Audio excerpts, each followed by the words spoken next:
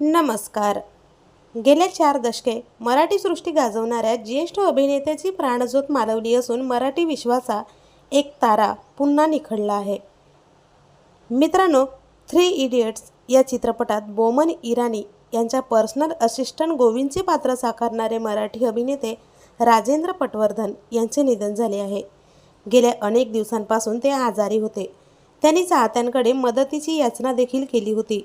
मिळालेल्या माहितीनुसार 3 वर्षापूर्वी त्यांचा एक पाय मांडीपासून कापला गेला होता. आता त्यांचा उजवा हात देखील निकामा झाला होता आणि याच कारणाने त्यांची प्रकृतीही अतिशय खालावली होती. राजेंद्र पटवर्धन यांनी शेवटची भूमिका हिंदी चित्रपट 3 इडियटमध्ये आणि मराठीमध्ये भिकारी आणि टपाल यात केली होती.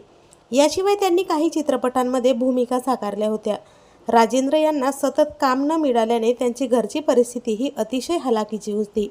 पैशाच्या अभावापायी आज एक चांगला नट आपल्यातून कायमचा निघून गेल्याची खंत कलाविश्वात केली जात आहे. तर आपल्या वायन मराठी न्यूजतर्फे या ज्येष्ठ मराठी अभिनेत्याला भावपूर्ण श्रद्धांजली. अशाच नवनवीन मनोरंजनात्मक व्हिडिओंसाठी चॅनलला नक्की सबस्क्राईब करा.